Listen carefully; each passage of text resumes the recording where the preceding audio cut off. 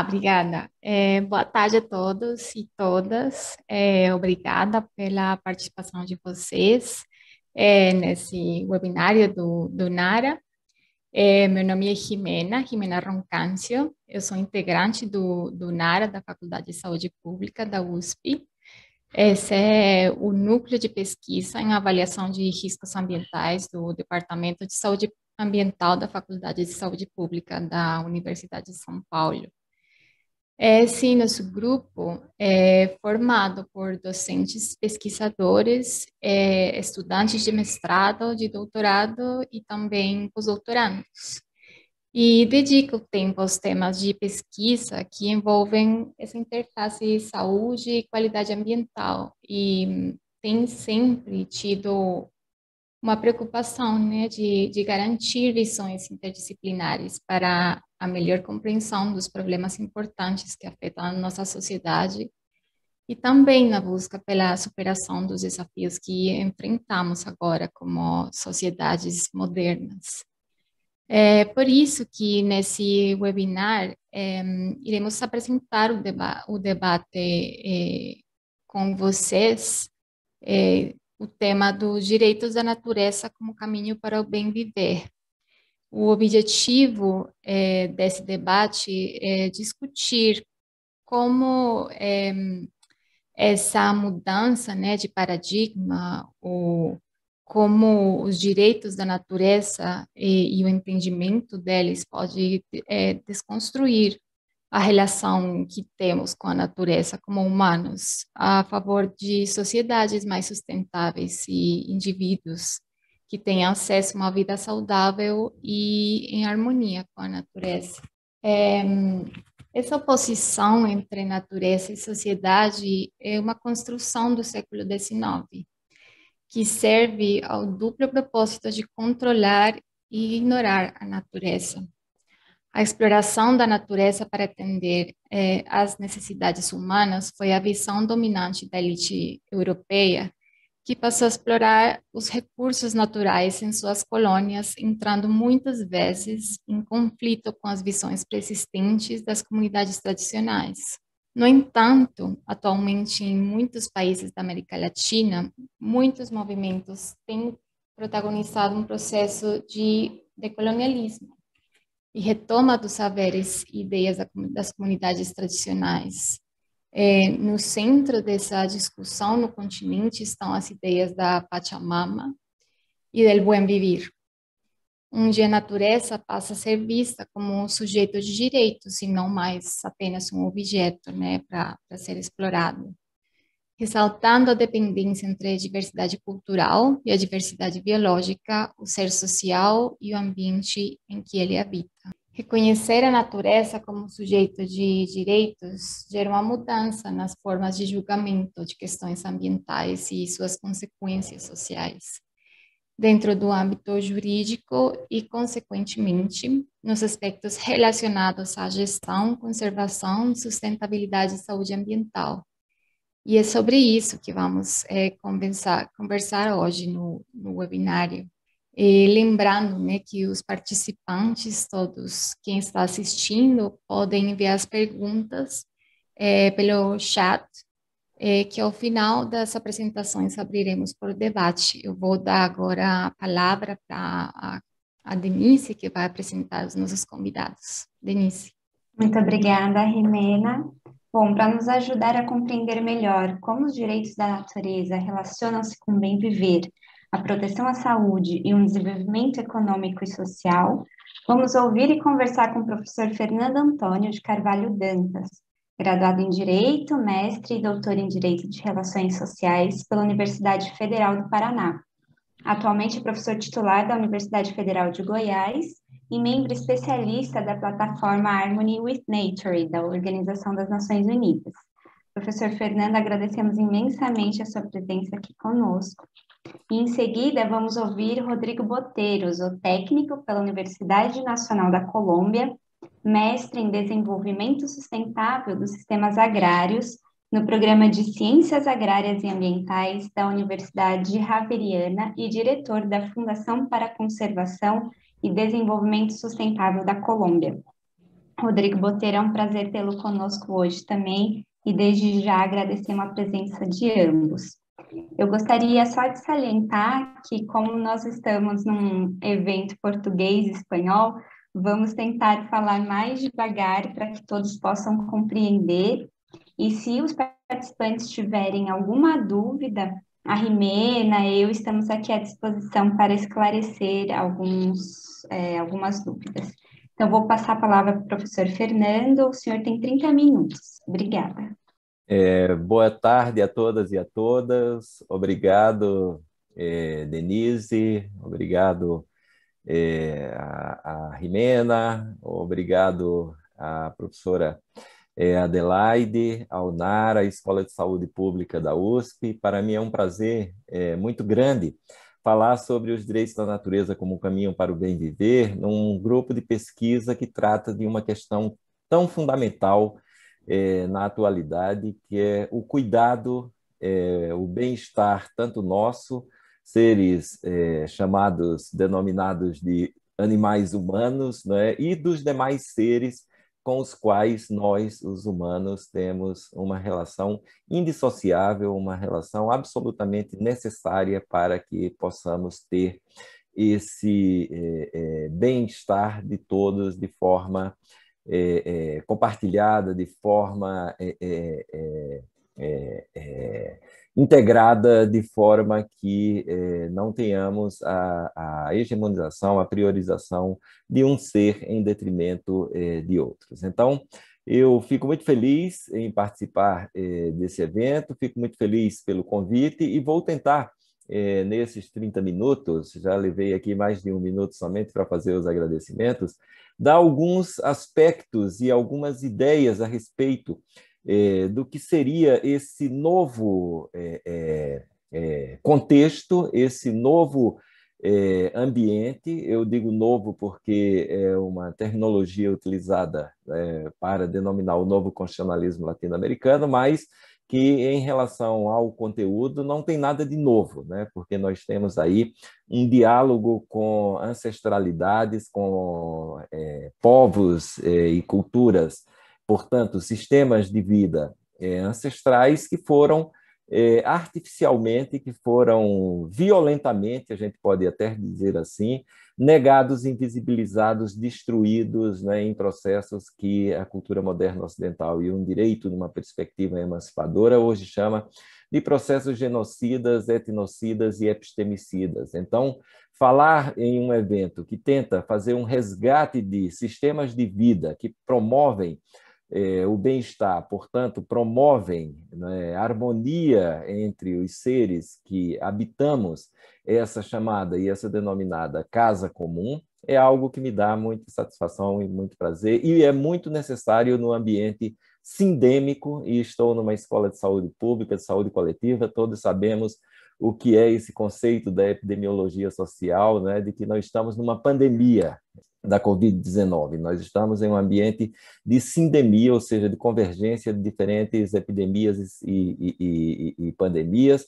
e mais ainda, né, a convergência de diferentes formas de ser e estar no mundo, tanto do ponto de vista social, como político, afetivo ou econômico, se comendo umas às outras. Então, os autoritarismos no ambiente da gestão da coisa pública é um desses exemplos, né, de momento extremamente difícil e de extremada complexidade que estamos vivendo na atualidade.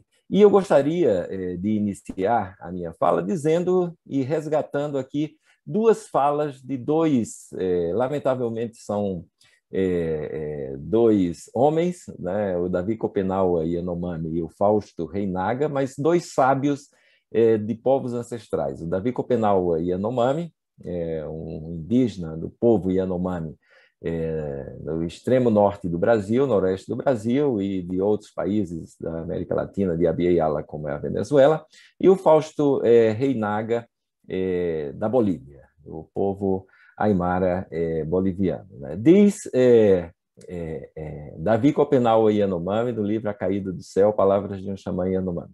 Os brancos nos chamam de ignorantes apenas porque somos gente diferente deles. Na verdade, é o pensamento deles que se mostra curto e obscuro, fecha aspas. Fausto Reinaga, né, em um texto de 1978, no Tratado de Revolução Índia, né, quando ele trata da Revolução Indígena, né, disse que o pensamento amáltico, posso até ler em castelhano, porque temos aí uma audiência também na língua castelhana. ¿No? El pensamiento amáltico es una relación y una concepción cósmica del universo y de la vida. Al describir el pensamiento amáltico desde la perspectiva indígena andina, el autor extiende más allá de los humanos la capacidad y facultad de pensar cuando dice, abre aspas, para el pensamiento amáltico, el hombre piensa, la hormiga piensa, el árbol también. De alguna parte ha debido de salir el pensamiento. Ni el hombre, ni la hormiga, ni el árbol piensa sin el sol. No vive sin el sol. De alguna manera, el sol es quien engendra, quien hace la vida de los seres terrestres. Porque sin el sol não há vida, não há pensamento. Tanto a fala do Davi Copenhague Yanomami quanto a fala do Fausto Reinaga reivindicam, né, uma relação harmônica, uma relação de reciprocidade, portanto, uma relação absolutamente, né, integrada entre os seres que convivem nesse ambiente que o pensamento, a racionalidade moderna ocidental convencionou chamar de natureza, de meio ambiente. Eles estão dizendo exatamente, né, que o Davi Yanomami dizendo que o nosso pensamento é curto quando formula toda uma racionalidade pautada nas chamadas oposições binárias, né, que separa natureza, cultura,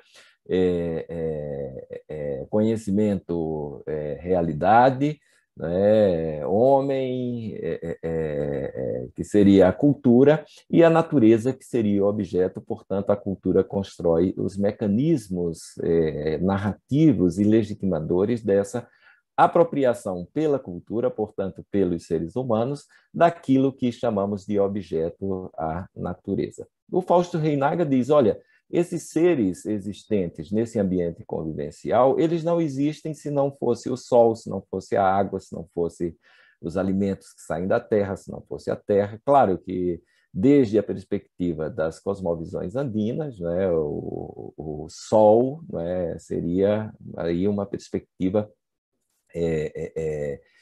vamos dizer assim, dominante, porque há todo um culto, né, ao sol enquanto uma perspectiva aí de criação daquilo e de relação com o nascimento daquilo que existe nos nossos lugares da vida. O que fez o novo constitucionalismo latino-americano, que eu citei para vocês agora há pouco? O novo constitucionalismo latino-americano resgatou, né, formas de pensar, de culturas que mantêm essa relação harmônica com a natureza, portanto, as relações harmônicas com os seres convivenciais da natureza. Evidentemente que essas culturas têm as suas formas específicas, né, de pensar, que a gente diz, são as cosmovisões dos povos indígenas ou dos povos ancestrais. Mas as cosmovisões, na perspectiva de Fernando Ana Cunha Mamani, são exatamente as filosofias, né, dos povos chamados de povos ancestrais e comumente a gente chama de povos indígenas, né? E a gente já sabe, no mundo aqui do continente americano, seja no norte, no centro, no Caribe ou no sul, que os povos indígenas chamam de Abya Yala, né, que aí há uma mentira muito grande histórica, né? O professor José Luiz Quadros de Magalhães e outros autores, Alberto Ribeiro e tantos outros autores, dizem que a denominação dos povos indígenas de índios, né, nesse continente é uma mentira que Colombo nasceu, viveu e morreu acreditando, né, que aqui era a Índia ou as Índias ocidentais, e nunca foi capaz de observar a pluralidade de povos, a pluralidade de culturas, portanto, a pluralidade de sistemas de vida de povos que vivem e que constroem, que atribuem sentido às suas realidades, portanto, às suas identidades, aos seus modos de ser, fazer, viver, e conhecer, né, de modo diferente daquela que foi engendrada pela racionalidade, pelo sistema de vida e pela forma de pensar o mundo da racionalidade moderna ocidental e, por que não dizer também cristã, dualista, binária, que separa natureza de seres humanos e transforma a natureza em objetos apropriáveis, né? E qual é a grande perspectiva, eu acredito que aí no ambiente teórico e metodológico e categorial e conceitual dessa perspectiva pautada nas cosmovisões dos povos indígenas, que esse ambiente de vida interrelacionado, integrado, interdependente é um ambiente de vida comum, é um ambiente de seres que são subjetivados, né, e que são comuns a todos nós. Nós não vivemos sem o ar, assim como o ar limpo não vive uma determinada atitude nossa que mantenha a vida desse ar. Portanto, se o ar é importantíssimo para a nossa vida, as nossas ações destrutivas ou não são essenciais para a vida ou para a morte do ar. Isso é típico das formas, dos sistemas de vida, dos modos de vida, dos modos de conhecimento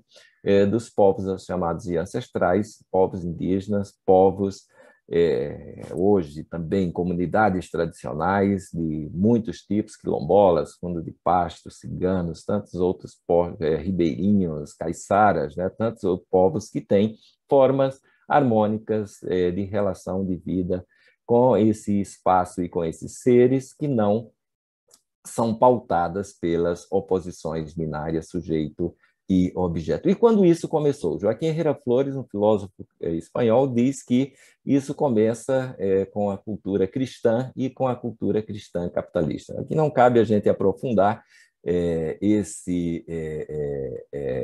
o debate sobre o início dessa cultura, mas dessa cultura enraizada na perspectiva da dualidade, mas é importante criticá-la, até porque hoje em dia está muito em voga um conceito generalizante de que os homens, ou seres humanos, homens, são os destruidores da natureza, e isso configura essa categoria tão em moda que chamamos de antropoceno. E há toda uma corrente teórica, metodológica, política, que diz que não. E não são todos os seres humanos que destroem a natureza. Portanto, há uma falha, uma falibilidade nesse conceito, nessa categoria de antropoceno, porque os povos ancestrais e os povos indígenas não a destroem.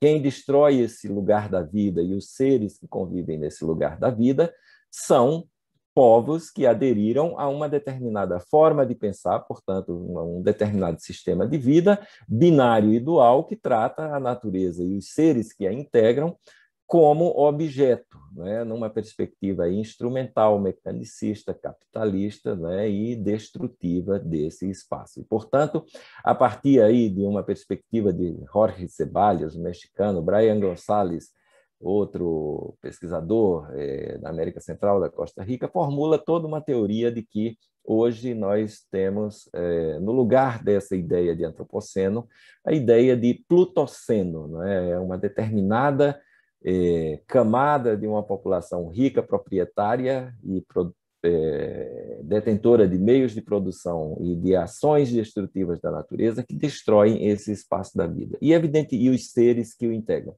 E, evidentemente, que isso é muito centrado no que os povos indígenas pensam, nos que os povos indígenas vivenciam e como os povos indígenas conseguiram, por meio de lutas políticas, positivar seus sistemas de vida. Primeiro, reconhecer, um reconhecimento, apesar de precário, do ponto de vista social, nós temos ainda um racismo estrutural muito forte no que diz respeito às formas de vida dos povos diferenciados ou de setores diferenciados, segmentos diferenciados na nossa sociedade, sejam as mulheres ou grupos sexualmente diferentes, de gênero, étnico, pela perspectiva do gênero, de etnia, de raça, né? Portanto, leva a Catherine Walsh a dizer, por exemplo, né, que é preciso desmontar, né, uma espécie de cosmovisão colonial, né, de inferioridade de morte do outro e da outra que existe além daquelas perspectivas que a teoria decolonial de Aníbal Quijano e outros, né, trata, colonialidade do ser, do saber e do poder. Não, é preciso descolonizar também essa forma de pensar o mundo, como diz Catherine Walsh, uma autora e pesquisadora da Universidade Andina Simón Bolívar, na sede de Quito, do Equador. Como é que isso aconteceu do ponto de vista desse processo de lutas pelo direito, de reconhecimento e com a atribuição de valor positivo e validez, não é, tanto dos conhecimentos como dos sistemas de vida e das formas de ser, portanto, identidades, de fazer, de práticas e de cultura e de viver desses povos ancestrais, chegam a ser positivados, né, em escala constitucional e alcançar, né, escala internacional, constitucional no interior local, né, dos países, dos estados nacionais, né, e alcançar escalas internacionais como o Sistema Nações Unidas, como o Vaticano, por exemplo, e como algo que se chama na atualidade de diálogo de cortes, com cortes constitucionais mundo afora, reconhecendo a natureza como sujeito. Segundo uma pensadora peruana, Raquel Irigoyen Fajardo, esse movimento de reconhecimento e positivação, ele tem uma relação aí com o direito internacional dos direitos humanos, mas ele se funda primordialmente em práticas que nascem lá atrás, na teologia, filosofia da libertação, o desencobrimento do outro e da outra, outras práticas, outras formas de ser, fazer e viver, que vem se aprimorando ao longo do tempo e chega ao final do século XX, e a Raquel Irigoyen Fajardo classifica isso, é Raquel Irigoyen Fajardo, uma autora peruana. Classifica didaticamente esse movimento em 3 ciclos que ela denomina de um ciclo, o primeiro, que seria o ciclo de um constitucionalismo multicultural, que é caracterizado pelo reconhecimento de diversidades culturais. Um segundo, isso foi no final, ali na década de 1980, praticamente inteira. Um segundo ciclo, que ela denomina de ciclo do constitucionalismo pluricultural, que é caracterizado pelo reconhecimento nas constituições latino-americanas de formas de pluralismo jurídico. Isso se dá ali na década de 1990, portanto, finalzinho do século XX e o início do século XXI. E um terceiro ciclo, que ela denomina de ciclo de constitucionalismo plurinacional, que é caracterizado pela refundação do Estado, e a criação dos Estados plurinacionais, fundados eminentemente em cosmovisões indígenas e na ruptura com a ideia de Estado nacional, portanto, um Estado e uma nação, e isso acontece na primeira década do século XXI e tem nas constituições do Equador de 2008 e da Bolívia os exemplos mais claros desses ciclos e desse movimento. Evidentemente que eles são interrelacionados, o reconhecimento de diversidades culturais, a Constituição Brasileira de 1988 está aí nesse primeiro movimento, relacionado com formas de pluralismo jurídico, que é relacionado com refundação do Estado e a convivência e coexistência e, portanto, configuração do Estado nessa perspectiva plurinacional. E isso levou os autores, como Boaventura de Souza Santos, a dizer que esse novo constitucionalismo significou diferentes rupturas paradigmáticas. Então, ele aponta pelo menos 6 rupturas importantes. Uma que é do sujeito indivíduo para os sujeitos coletivos e comunitários, uma segunda, e aí entra a subjetividade da natureza, mas a subjetividade da natureza seria abordado aqui na última perspectiva. Uma segunda dimensão seria de ruptura paradigmática, seria em relação ao território, das territorialidades simétricas às territorialidades assimétricas, quer dizer, territórios de povos, de comunidades e de grupos diferenciados. Um terceiro movimento que seria relativo aos direitos, do monismo jurídico, desse direito somente que tem como fonte somente o Estado, ao direito de povos e de grupos, ao pluralismo jurídico. Um quarto movimento seria o movimento da democracia, né, que transita aí da democracia meramente representativa para a democracia participativa, comunitária e intercultural, e um quinto movimento que seria das formas de construir e desconstruir mundos, ou seja, da forma de atribuir sentidos ao mundo, que seria do antropocentrismo ao biocentrismo, ao ecocentrismo. E é aqui que entra o que seria um tema bastante importante de ressaltarmos aqui nesses 10 minutos, 15 minutos que nos restam para abordagem do tema a natureza, ou os direitos da natureza, como caminham para bem viver. Portanto, esse novo constitucionalismo latino-americano, fundado, né, nas cosmovisões do bem viver, portanto, do Sumac Causai, Summa Camanha e Nyandereco, e essa é a forma como a Constituição boliviana reconhece os direitos do bem viver, Sumac Causai em Quechua, Summa Camanha em Aymara e Nyandereco em Guarani. Né? A Constituição do Equador de 2008 reconhecia somente o Sumac Causai. A boliviana expande e estende, né, o bem viver, ou viver bem, para essas perspectivas mais plurais, evidentemente, que com o reconhecimento de todos os povos indígenas, habitantes do território boliviano e seus sistemas de vida, do mesmo modo que o Equador, com o reconhecimento de todos os povos e sistemas de vida em seu território. Claro que isso não significa que, pronto, resolvemos o problema, né, dos povos indígenas, das territorialidades dos povos indígenas, do racismo estrutural contra os povos indígenas, mas não. Isso não resolveu o problema, mas significou um salto e um avanço paradigmático muito grande.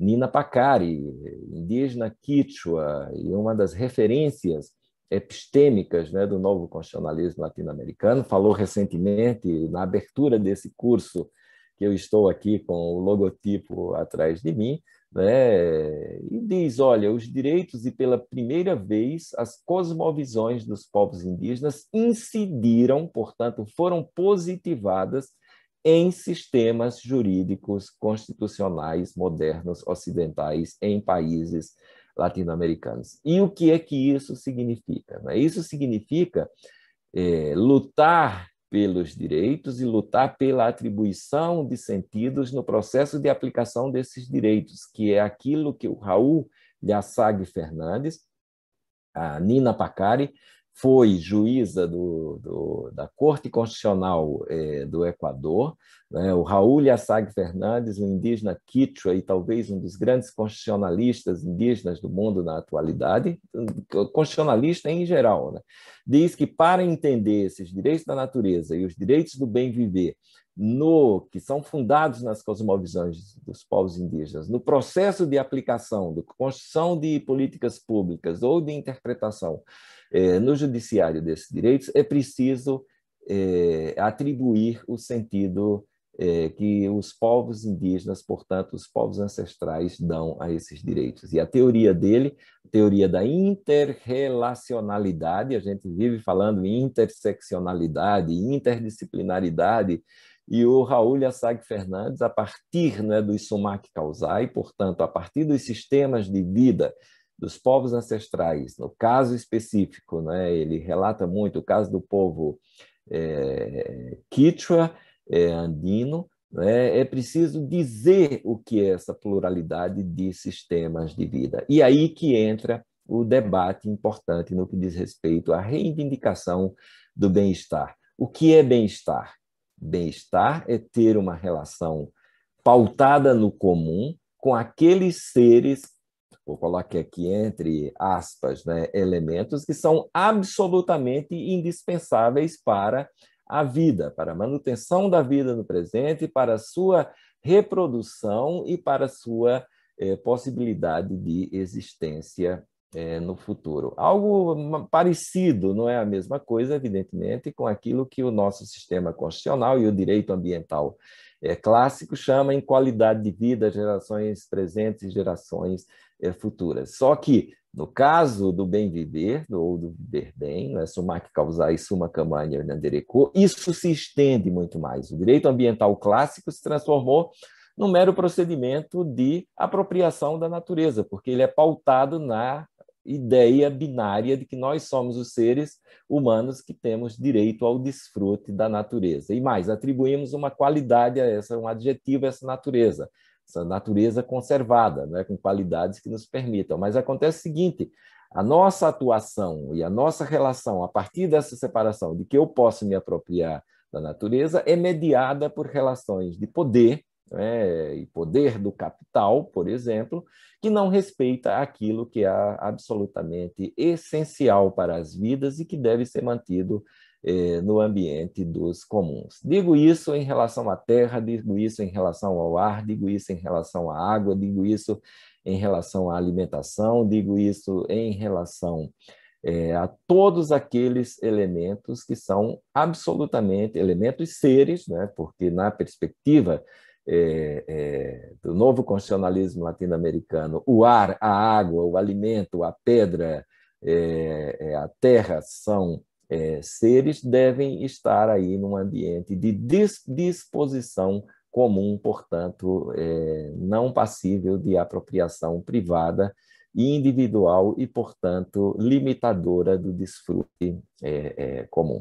Isso fez com que muitos autores, já me encaminho aqui para o final, né, muitos autores denominassem o novo constitucionalismo latino-americano pautado, né, no bem viver e no viver bem, portanto, nas cosmovisões dos povos indígenas, centradas em territorialidades que respeitam esse comum, seja uma perspectiva ou um paradigma pós-capitalista, né? Ou anticapitalista ou não capitalista, né? O François Lyotard trabalha muito bem nessa perspectiva e exemplos são dados muito interessantes, né? Eu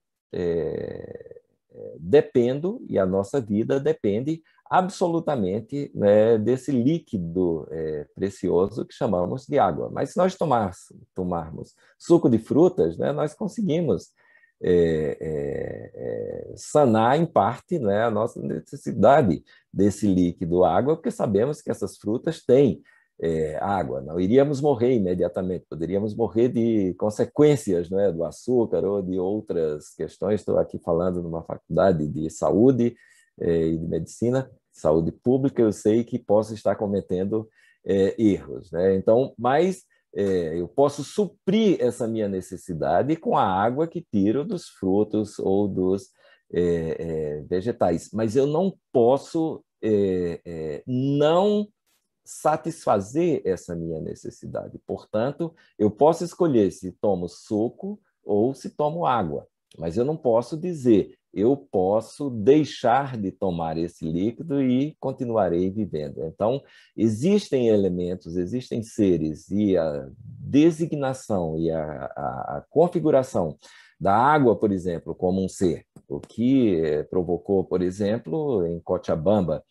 na Bolívia, a Guerra del Agua, né, contra a privatização da água e as concessões e os sistemas de gestão de águas no mundo andino, né, impediu que se privatizasse a gestão da água exatamente por meio da argumentação e da sustentação de que a água é essencial para a manutenção da nossa vida no presente e projeção para o futuro. Então, esse é um tema muito complexo, o que permeia o novo constitucionalismo latino-americano e a manutenção desse espaço e da convivência desses comuns, não é, que são essenciais para a vida. É algo que implica em uma pluralidade, em uma complexidade muito grande, pluralidade de povos, pluralidade de sistemas de vida, complexidade no que se refere ao entendimento do que significam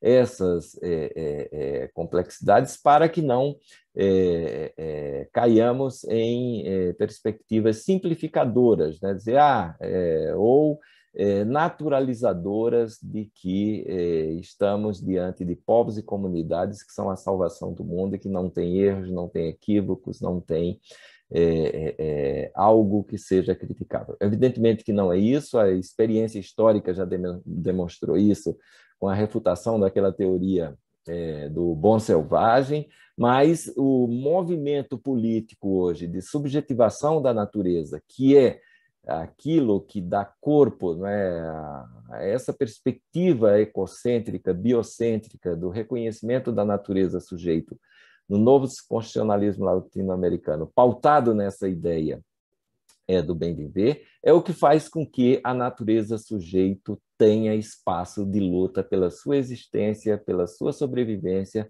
e pela sua projeção para o futuro. Então, é essa perspectiva não binária, é essa perspectiva de respeito e de cuidado com os seres que são essenciais para a nossa vida, hoje positivadas nas constituições do Equador e da Bolívia, e hoje objeto, né, de debate na ONU sobre a elaboração de uma futura declaração universal dos direitos da Mãe Terra, né, dos direitos de Pachamama, dos direitos da natureza, né? É a encíclica Papal Laudato Si, que trata do cuidado da nossa casa comum, que é fundada também como programa das Nações Unidas, nas cosmovisões dos povos indígenas, na defesa das suas territorialidades, dos seus seres, identidades, saberes e sistemas de vida como uma possibilidade de ruptura com um processo aí que parece inexorável, né, de extinção biológica e, portanto, de destruição de todas as vidas, né, que esse movimento tem ganhado corpo, né, na atualidade, e os tribunais constitucionais têm reconhecido a natureza sujeito em defesa de todas as vidas que integram esse espaço biológico. E, para encerrar, cito o caso paradigmático, né, de avanço no caso da Colômbia, a Colômbia, que é um país que não tem os direitos da natureza, os direitos de Pachamama, da Mãe Terra, né, e as cosmovisões dos povos indígenas, né, no seu sistema constitucional positivo, é o país que mais avançou no reconhecimento judicial da natureza como sujeito. Reconheceu o rio Atrato, não é, e o direito dos povos ribeirinhos de comunidades de vida que vivem do rio, de existir, né, com base nos direitos da natureza reconhecidos em tratados internacionais, em direitos humanos, ou na relação direitos humanos e direito ambiental, e especialmente naquilo que está nas constituições do Equador e da Bolívia, fundando esse reconhecimento no que chamou de direitos bioculturais e da necessidade indissociável, né, de relacionar direitos ambientais com direitos humanos. Reconheceu também páramos andinos, reconheceu a Amazônia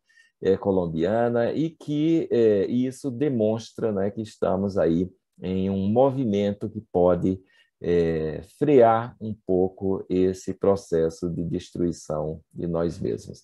Isso vem de cosmovisões de povos ancestrais, e talvez esse seja um grande resgate e uma grande reconciliação para que reconheçamos cada vez mais a necessidade de manutenção de territórios, de vidas e de sistemas de vida e de conhecimento de povos ancestrais, como os povos indígenas. Muito obrigado, desculpa se passei um pouquinho de tempo, 6 minutos a mais, mas não dava para fechar o tema sem isso, fico à disposição para questionamentos. Muito obrigada, professor Fernando. Foi ótima a sua palestra. Acho que ainda tem muito para retomar, né? O senhor falou da Colômbia. Nós lemos o seu livro, né, dos direitos da natureza, e como você cita a questão do Rio Doce, né, como o Brasil não reconheceu nesse momento. Então, acho que depois da fala do professor Rodrigo, a gente ainda pode debater um pouquinho sobre isso. Então, eu queria passar agora a palavra para o Rodrigo, para dar continuidade aos debates e trazer essa perspectiva da Colômbia em relação à proteção da natureza e os direitos da natureza. Obrigada. Muchas gracias, Denise. Muchas gracias, profesor Fernando, profesora Adelaida, a Jimena Roncance también por haberme contactado y haberme invitado a este evento. Como lo señaló Denise al principio de su intervención, voy a tratar de hablar muy lentamente para que sea lo más entendible posible mi disertación alrededor del tema. Afortunadamente, en la intervención que hizo el profesor Fernando, hay varios temas de coincidencia que yo quiero retomar para hacer énfasis en lo que voy a plantear en la tarde de hoy. Lo primero es, efectivamente, hay una discusión a nivel jurídico y a nivel filosófico que trasciende los finales del siglo XX hacia primeros del XXI, y es la discusión central sobre el enfoque del buen vivir, ¿cierto? Basado efectivamente en la discusión sobre el antropocentrismo que ha manejado particularmente a las grandes religiones que dieron origen a los sistemas políticos que hoy por hoy dominan en Latinoamérica. Y ese antropocentrismo, digámoslo, muy fundado en esa visión judeocristiana que tiene que ver con la posición del hombre como un dominador de la naturaleza y un usufructuador de la misma. Esa, digámoslo, cosmovisión que había intrínseca en los modelos jurídicos y políticos que dominaron las constituciones de América y que aún lo siguen haciendo en algunos casos, ¿cierto? Poniendo el eje central del desarrollo en función de un ser humano que debía ser dominador y por tanto un sujeto de priorización y de ponderación positiva frente a sus decisiones, es, digámoslo, el gran escenario que empieza a cambiar con esa discusión jurídica y conceptual que domina hoy por hoy algunos de nuestros países. En el caso colombiano sucedió algo muy importante, y es que a finales del siglo XX, en el año 91, se logra desarrollar una Asamblea Nacional Constituyente, y esa Asamblea Constituyente deja las bases fundamentales, ¿cierto?, en las cuales esa discusión sobre el tema del antropocentrismo iba a cambiar, y es colocar el tema del medio ambiente como un elemento de interés común, de interés general y prioritario. Es decir, asociándolo a un bien fundamental para toda la nación y adicionalmente colocándolo como, al ser un elemento de interés general, como un interés prioritario, inmediatamente puso y dejó instalado la consideración ambiental como un elemento que iba a ser decisivo hacia el futuro. Pasaron 3 décadas, ¿sí? Y ahorita lo señalaba también el profesor Fernando con una sentencia que fue pionera en Colombia, que es la sentencia del Río Atrato. Pero después de 3 décadas ocurre también un elemento que marca la diferencia ya respecto a lo que va a ser la transformación del país en los siguientes años, que es una sentencia que es la 4360 de 2018 de la Corte Suprema de Justicia, en donde declara la región amazónica colombiana, que corresponde casi a la mitad del territorio nacional, 42% del territorio, y lo declara sujeto de derechos. Al declarar al territorio amazónico como sujeto de derechos, se da un salto cuántico gigantesco, porque digámoslo, no estamos hablando solamente de un elemento ecosistémico, de una porción fragmentada, como ha sido de alguna manera, y en algunos nuevos casos, algunas nuevas sentencias sobre algunas zonas estratégicas, sino que engloba la generalidad de un ecosistema y pone, digámoslo, la diferencia esencial que hay entre seguir esa dicotomía entre la visión antropocéntrica y ecocéntrica que nos planteaba, digamos, la Constitución Nacional. Y como tal, pone de presente la necesidad de hacer una reinterpretación sobre la forma de la toma de decisiones a nivel político, para no solamente ponderar las decisiones en función del desarrollo humano. Ese punto, digámoslo, es el que marca un cambio, marca el hito histórico del cambio fundamental, que hoy por hoy, eso sí, hay que señalarlo, ya no solamente por una invocación constitucional etérea, sino por una decisión judicial. Y en ese sentido me parece importante también señalarlo, porque lo que yo he visto también en el contexto de los países de la cuenca amazónica es que hay como una especie de asombro también por el papel protagónico que el sistema judicial, que el órgano judicial ha tomado en esa promoción de los derechos, en esa promoción de los derechos de la naturaleza que se basa precisamente en recoger esa discusión sobre el necesario cambio frente al enfoque antropocéntrico, lo mueve a un escenario integrado, es decir, no estamos hablando también de un ecocentrismo puro, no, estamos hablando de un enfoque, de un ambiente integral, eco y antropocéntrico, ¿sí? En donde efectivamente eso genera una homologación de categorías en la ponderación y en la toma de decisiones. ¿Qué ocurre, digámoslo, cuando cae semejante, digámoslo, cataclismo a nivel jurídico y se nos dice, un momentico, pero es que vamos a tener que cambiar la forma de ponderación en la toma de decisiones? Porque estamos hablando aquí básicamente es de que la sentencia estaba obligando al Estado en su conjunto, no un gobierno, al Estado en su conjunto, del hoy y del futuro, para cambiar su forma de actuación, ¿sí?, con respecto a una Amazonia que hoy por hoy se reconoce como un sujeto. Y digámoslo, es algo más allá que una simple discusión etimológica, ¿sí? O sea, al hablar de una Amazonia como sujeto de derechos, estábamos hablando efectivamente que iban a haber elementos de ese sujeto, ¿cierto? Al considerarlo un elemento animado, estamos hablando de animismo fundamentalmente, ¿cierto? Que se le otorga a un ecosistema en el cual obviamente hay comunidades humanas, claro que sí, en donde esas comunidades humanas, tanto indígenas como no indígenas, están diciendo, ok, ¿cómo vamos nosotros entonces en este proceso en donde reivindicamos también unas formas diferentes de relación con la naturaleza? Y ese es un punto que, digamos, lo quiero desarrollar aquí, porque obviamente empieza a abrir de manera clara cómo con comunidades locales, con un enfoque diferencial en su relación con la naturaleza, entendiendo que lo indígena y no indígena dependen de esa naturaleza, pero sus formas de relacionamiento son diferentes, ponen de presente la necesidad entonces de abrir la discusión sobre los formatos de lo que llaman hoy desarrollo. Y eso, digamos, es como el gran preludio de lo que hay allí en la segunda fase que yo quiero señalar, y es, evidentemente, hasta la fecha, el tema ambiente era considerado como un elemento descontextualizado, independiente del modelo de desarrollo.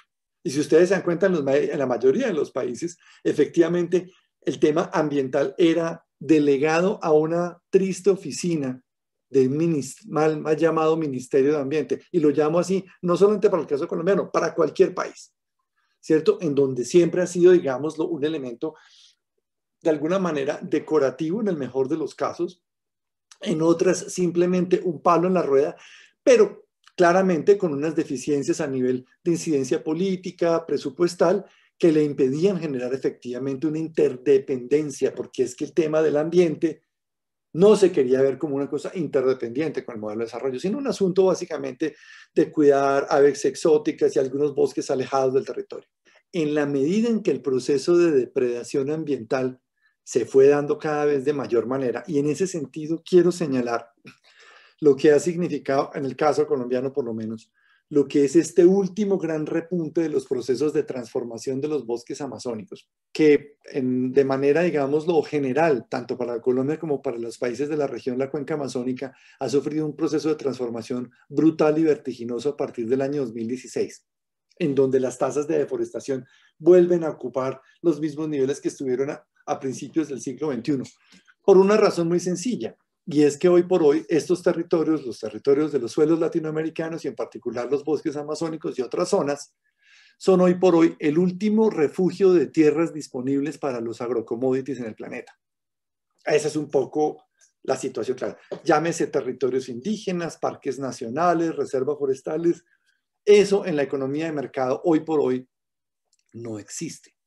Existen son tierras disponibles para el desarrollo y para la producción económica de gran escala. Entonces, como venimos hablando precisamente que hay toda una reivindicación de derechos locales, unas visiones en donde el tema del antropocentrismo cae y sube, un ecocentrismo y una visión integral de territorio, donde empieza a haber una discusión de modelos de desarrollo, surge por el otro lado también entonces, a través, curiosamente, de una sentencia de la Corte Suprema, la obligatoriedad de generar una visión interagencial, interdependiente y de largo plazo que garantice que efectivamente la Amazonia tiene una intervención sujeta a sus derechos, ¿sí? Reconocida como. Y eso entonces pues, es también otra vez un nuevo cataclismo a nivel institucional y político. ¿Por qué? Porque entonces pone de presente la necesidad de reordenar la forma de intervención y de tomar las decisiones con, obviamente, la presión jurídica que significa una sentencia de este orden. Porque esa sentencia tiene un seguimiento, porque esa sentencia tiene, o sea, es vinculante, no es simplemente un llamado amable de atención a los diferentes órganos de poderes del Estado, no, es una orden vinculante que va desde la presidencia hasta el último y más pequeño municipio perdido en la región amazónica, ¿sí?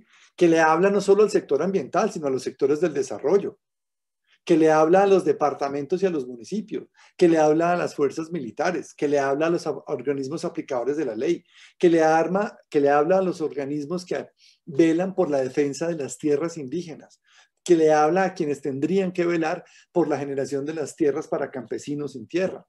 Eso, digámoslo, es de alguna manera la más importante ganancia que ha tenido el sistema colombiano en las últimas décadas, por lo menos en las últimas 3 décadas, al poner de presente que es necesario lo que voy a señalar ahora, y es el cambio de paradigma del desarrollo, en la medida en que hoy por hoy estamos empezando ya a integrar la discusión de ¿y qué significa la Amazonia como sujeto de derechos en nuestra perspectiva de pervivencia de largo plazo? Y en ese sentido, digámoslo, también se agudizan los discursos, tengo que ser claro con ello. Y cuando digo se agudizan los discursos es, por un lado, curiosamente, y ahora en medio de la pandemia, ya estoy, digámoslo, llegando a los últimos 2 años, empieza a haber una cosa que es muy importante, y es toda una elaboración de una narrativa y una discursiva por parte de los sectores del desarrollo, anunciando que en vista de la pandemia y de la crisis económica y de pobreza que existe a nivel territorial, entonces lo que hay que generar es una desregulación, óigase bien, una desregulación que permita que el desarrollo económico sectorial permita efectivamente hacer la transformación de estos grandes territorios para poder generar entonces una salud económica, ¿cierto?, que permita salir de la crisis. Gran discusión entonces. Gran discusión que se lleva también entonces de nuevo hacia el legislativo, en este caso hacia el Congreso, en donde el Congreso dice, el Congreso e inclusive el Ejecutivo en la presidencia, dice, este es un momento en el cual hay que tomar una decisión y se vincula al ambiente, oígase, al ambiente, la biodiversidad y el agua, como elementos estructurales de la seguridad nacional, que es un discurso que puede ser también de doble filo, ¿sí? Pero conceptualmente es súper importante. Es súper importante porque entonces si usted lo pone constitucionalmente y ahora dentro del marco legal como una prioridad de seguridad, ya no solamente, como lo había dicho Jones, ¿cierto?, como una prioridad como parte de la salud pública general, que era lo que habíamos dicho en el constitucional, eso quiere decir que seguimos poniendo este proceso en el máximo nivel de atención política y jurídica del país. Y hoy por hoy eso da como resultado un proceso de transformación legislativa que empieza a decir, óyeme, nosotros no habíamos considerado efectivamente la protección ambiental y nuestro código penal hoy por hoy es absolutamente laxo, es absolutamente débil y está permitiendo que esas grandes fuerzas de mercado estén avasallando los territorios, ¿cierto? Y ante cualquier intento de aplicación de la ley frente a esas fuerzas de mercado, lo que nos están demostrando es que las fuerzas de mercado saben de la debilidad legal que existe para tratar de coartar ese proceso, que es un poco también la teoría de la gran conspiración. Las fuerzas grandes de mercado, independientemente de si es en el Chaco paraguayo, si es en el Chaco boliviano, si es en el suroeste brasilero o si es en Pucallpa peruano, ellas saben exactamente en dónde están las debilidades jurídicas de cada país y saben exactamente cuál es el orden que quieren generar para que la transformación y ocupación de estos territorios sean irreversibles. Entonces, qué interesante ha sido para nosotros poder tener todo este marco del reconocimiento de sujeto de derechos de la naturaleza a partir efectivamente del caso amazónico, para poder decir, no señores, vamos a generar entonces un proceso, inclusive en donde el tema de las zonas intocables o de los modelos de desarrollo con una filosofía integral que incluya el ecocentrismo, vayan a ser parte de lo que no puede ser tocado ni siquiera por las grandes fuerzas del mercado. Probablemente, yo no sé cuál sea el futuro o la fase final de este proceso y de esta discusión, ¿cierto? Sería demasiado inocente de mi parte pensar que con el solo esfuerzo legislativo o el esfuerzo judicial, ¿cierto?, de las cortes, ¿cierto?, de los aparatos de control, ya tengamos resuelto esto. No lo creo, de hecho. Creo que es apenas un primer paso. Pero lo que sí puedo decir es que gracias a ese esfuerzo judicial, ¿cierto?, de las altas cortes, recientemente también de iniciativas legales que existen en el Congreso, hoy por hoy el tema del reconocimiento de la naturaleza como sujeto de derechos, en este caso para la región amazónica, está hoy por hoy en lo más alto de la discusión política nacional. Se ha vuelto no un elemento de una narrativa exclusiva de sectores ambientalistas por allá, en la periferia de la discusión pública, o de esos grupos de salud pública, ¿cierto?, que traen ahora teorías extrañísimas de la relación del ambiente con la salud pública a raíz de la pandemia. No, curiosamente, empieza a permear rápidamente dentro de ese sector político dominante y global que sabe que efectivamente va a ser imposible salirse de este escenario en donde el reconocimiento de la naturaleza como sujeto de derechos ya no es solamente una discusión y una narrativa aislada. Es una narrativa que hace parte del día a día con grupos poblacionales históricamente alejados, como los grupos urbanos. ¿Por qué? Porque, por ejemplo, hoy en día, aquí en nuestro país, el tema de los grandes incendios forestales de las épocas de verano se convirtió en una narrativa cotidiana en los grandes medios de comunicación. Y curiosamente, cuando entonces los grupos de ciudadanía entendieron que lo que estaban respirando o mal respirando de aires contaminados tenía que ver no solamente con su polución derivada de la combustión por motores, sino también por todas las masas de aire que venían cargadas de partículas en suspensión de los grandes incendios, hubo un clic nacional, hubo una forma de articulación nacional de que éramos todos parte, oiga, profesor Fernando, de un mismo cuerpo. Hacer entender a la población que somos parte de un cuerpo. Pero fíjate que en mi propia narrativa, cuando ya digo somos parte de un cuerpo, es porque hemos logrado llevar una narrativa de somos parte de un gran ecosistema, somos parte y por eso sujeto, ¿sí?, de derechos cuando nos incorporamos dentro de ese gran cuerpo ecosistémico que es la que llamamos la estructura ecológica principal de la nación. Pero entonces ya nos hicimos parte de ella y entonces ya el dolor, digamos, lo colectivo por lo que ocurre con el tema, como usted lo señalaba, con el tema del agua, con el tema del aire, ¿cierto? Con el tema de las tierras, con todo lo que ocurre allí alrededor, con la salud de los pueblos indígenas o de los campesinos sin tierra. Es ya una narrativa común a un grupo poblacional cada vez más amplio que empieza a verse como parte de un planeta, como parte de un sistema. Y por lo menos estamos rompiendo ese aislacionismo de esas culturas urbanas que a la hora, también hablando de la política, son lo único que interesa finalmente a los grandes decisores de política. Porque no es por los indígenas ni por los campesinos, efectivamente, en donde se toman las decisiones políticas para incluir los temas de campaña, en este caso el tema de la seguridad de los bosques y la salud pública. Eso no es así. Entonces, haber logrado movilizar esto a una discusión nacional también es una gran victoria. Y hoy por hoy, usted mencionaba también el tema de la diferencia entre la democracia participativa y representativa, profesor. La posibilidad de tener escenarios de participación pública obligante, vinculante de la sociedad civil en el seguimiento de la sentencia es también una oportunidad de oro. ¿Sí? Porque no la vuelve entonces los eternos comités y mesas institucionales, interministeriales, ¿cierto?, con actas de cumplimiento hechos por abogados muy juiciosos, sino una discusión de comunidades organizadas, organizaciones no gubernamentales, universidades, institutos de investigación que se involucran en el seguimiento de una sentencia que llama a todos los sectores a rendir cuentas. Entonces cierro, digámoslo, aquí ya mi participación y mi presentación con un elemento, y es lo más interesante de esto es la perspectiva de futuro, porque entonces deja sentadas las bases, ¿cierto?, para que en un escenario de democracia participativa, en un escenario de cambio de paradigma de desarrollo y en un escenario además de involucramiento de este tema en la agenda política nacional, cómo hacia futuro un movimiento social y político participativo se vuelve el garante con sentencia y ojalá con otros instrumentos de la ampliación de este concepto de naturaleza como sujeto de derechos.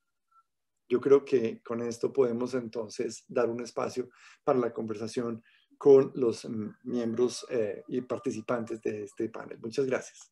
Muito obrigada, Rodrigo. Obrigada pela palestra, pelos apontamentos. A gente já tem algumas perguntas aqui no chat do YouTube. Eu gostaria só de abrir de novo a palavra para o professor Fernando, que vou aproveitar aqui do domínio do microfone e fazer uma pergunta. A gente vem lendo também, estudando um pouco os aspectos da sociedade de riscos, né? Então, como vocês dois comentaram, como os riscos, eles vêm na água, eles vêm no ar, eles vêm nos ambientes que deveriam nos trazer saúde e por ações nossas estão trazendo doenças também, né? Então, aí não dá para deixar de lembrar dos acidentes da Vale, né? E mesmo do petróleo no mar brasileiro, no início de 2020, né? No início da epidemia. Então, eu queria que o professor Fernando falasse um pouquinho mais sobre essa diferença. A gente viu que o STF não considerou o Rio Doce como um sujeito de direitos, né? Então, diferente dos nossos vizinhos colombianos. Então, eu queria que o senhor explorasse um pouquinho mais isso, do porquê, né? Qual essa dificuldade no Brasil desse reconhecimento. E aí depois eu passo para as perguntas, já tem algumas perguntas em relação à Amazônia e como as políticas entre os países, né, que têm o território amazônico podem influenciar nessa proteção e nessas políticas de proteção à floresta. Então, começar só com o professor Fernando, se ele puder fazer essa breve consideração em relação aí ao Rio Doce. Obrigado, Denise, pela pergunta, obrigado pela possibilidade, né, de resposta. Eu antes queria me corrigir, eu acredito que um pouco indelicado, eu não tinha visto o pôster e a organização desse evento, e agora que vi, né, que estou eu, o Rodrigo, a Denise e a Doris, né, como integrantes de um debate. Então, eu comecei a falar sem nem cumprimentar o Rodrigo, cumprimentei a Denise e a Doris muito rapidamente, então eu queria pedir desculpas. Eu acredito que aqui nós estamos em um ambiente de diálogo de saberes, diálogo de experiências, diálogo de conhecimentos e cada coisa que a gente fala são pedacinhos, são um pouquinho a mais de reflexões que a gente promove a respeito desse tema. A fala do Rodrigo foi excelente, gostei muito. O livro que indiquei para o pessoal é um livro que foi produzido e construído a partir de uma inter-relação com a Universidade Livre da Colômbia. A professora Liliana Estupinian Acuri foi a coordenadora colombiana desse livro. A professora Cláudia Storini, da Universidade Andina Simão Bolívar, juntamente com o professor Rubem Martínez Dalmau, da Universidade de Valência, na Espanha, e eu e a minha Universidade Federal de Goiás, tornamos possível, né, a condensação e a publicação desse livro, que tem mais de 500 páginas, são mais de 35 autores e autoras, né, indígenas, juízes, juízas, advogados, procuradores, pesquisadores e povos indígenas e integrantes de comunidades que fizeram essa reflexão sobre o que significa e qual o alcance do reconhecimento da natureza como sujeito no novo constitucionalismo latino-americano e o que isso implica na prática e na cotidianidade. Portanto, o livro ele é dividido em 3 partes, né? Uma parte que trata de reconhecimento, outra parte de reflexões teóricas e metodológicas e outra parte que trata de experiências práticas, né? E aí tem experiências práticas que começam na Vilcabamba, no Equador, que foi o primeiro rio, né, reconhecido como sujeito de direito. Foi uma luta do rio contra uma estrada que iria desviar o seu curso e, segundo o artigo 71 da Constituição equatoriana, o rio foi lá e disse: olha, não, eu não admito que essa obra, essa intervenção humana aqui no meu ambiente de existência faça com que eu me desvie ou destrua parte da minha vida. E o próprio sistema equatoriano é muito rigoroso em relação a isso e muito completinho, né? Quer dizer, qualquer pessoa, comunidade, grupo ou nacionalidade é sujeito ativo, tem legitimidade ativa para acionar o Estado na defesa dos direitos da natureza, que significam os direitos do bem viver. Não é? A Colômbia, evidentemente que já citamos aí diferentes aspectos, não é? A Índia e a Nova Zelândia também, não é, integram esse ambiente de diálogo de cortes e, como eu disse, a Colômbia tem a jurisprudência mais significativa nesse sentido. E aí chego ao questionamento da Denise, né? Por que no Brasil não deu certo? Né?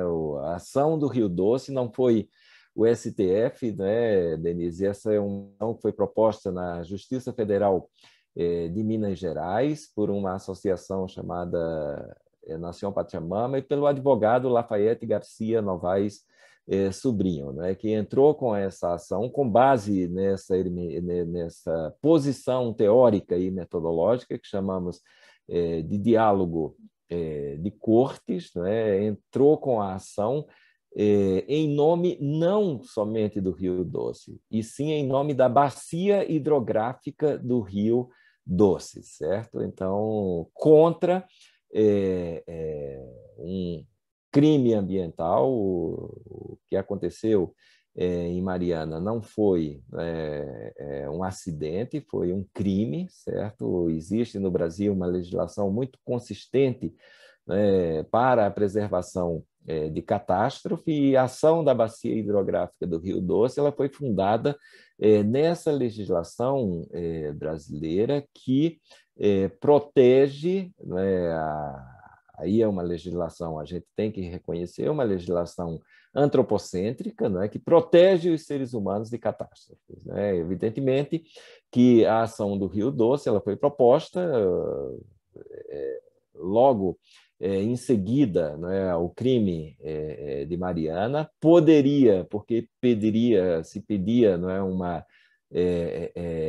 uma resposta imediata da justiça brasileira, poderia ter evitado o outro crime, que foi o de Brumadinho, logo na sequência, se a justiça tivesse reconhecido, e essa ação era fundamentada não somente na Lei de Prevenção de Catástrofes do Brasil e na necessidade de se fazer um plano de prevenção de catástrofes em situações de alto risco, como é a situação do ambiente e dos contextos de mineração, teve como fundamento a sentença do Rio Atrato na Colômbia, o reconhecimento constitucional da natureza sujeito nas constituições do Equador e no sistema boliviano, e mais ainda, teve como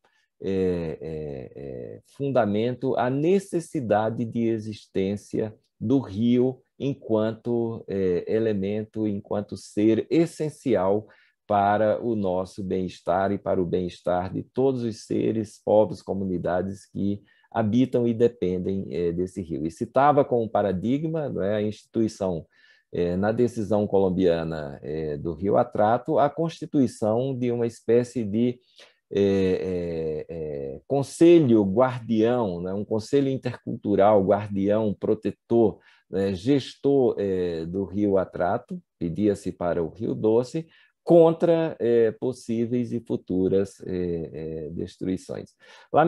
Lamentavelmente, a resposta que deu o sistema judicial brasileiro foi uma resposta técnica procedimental, apenas disse que se no Brasil não havia o reconhecimento, né, positivado nas normas brasileiras da possibilidade de se reconhecer o rio sujeito, logo essa ação não continha os seus elementos essenciais, né, que possibilitam a sua proposição, né, que em direito chamamos de condições para a ação, né, sujeito, ativo e legítimo,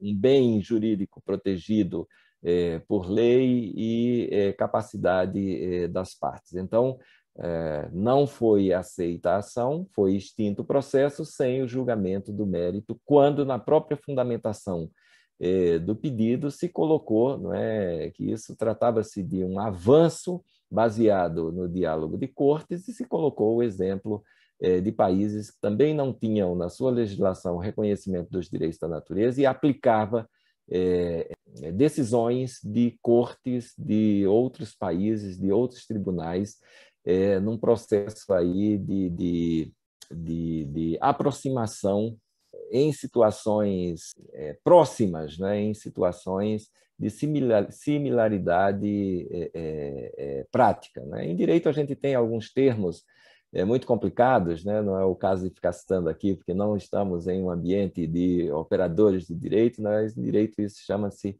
de analogia, né? Fazer uma interpretação por analogia e uma aplicação por analogia, no caso da defesa da bacia hidrográfica do Rio Doce, como um sujeito de direito. Claro que a ação tinha outras complexidades, dizia que no Brasil não são somente os seres humanos que são sujeitos de direito, no Brasil e nos sistemas jurídicos modernos ocidentais, um conjunto de bens, por exemplo, uma fundação, uma autarquia, né, um espólio, as pessoas jurídicas de direito público, as pessoas jurídicas de direito privado também têm subjetividade atribuída pelo sistema jurídico e que, no caso, poderia se atribuir essa subjetividade à natureza, como foi essa opção do constituinte equatoriano e boliviano. Claro que isso não foi aceito e o processo foi extinto sem julgamento do mérito, que foi lamentável porque o Brasil poderia estar hoje nesse rol de países que reconhece os direitos da natureza. No entanto,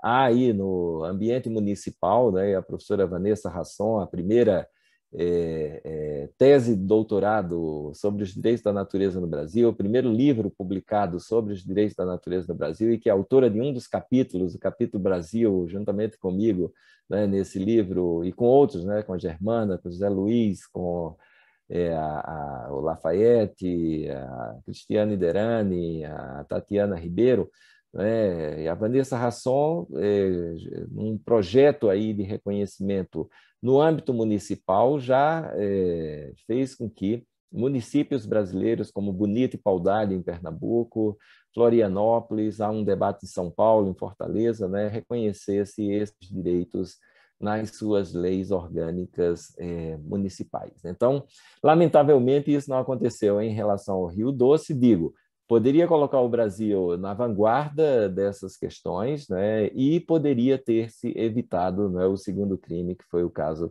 de Brumadinho, se tivesse havido uma resposta que impedisse essa outra catástrofe, né?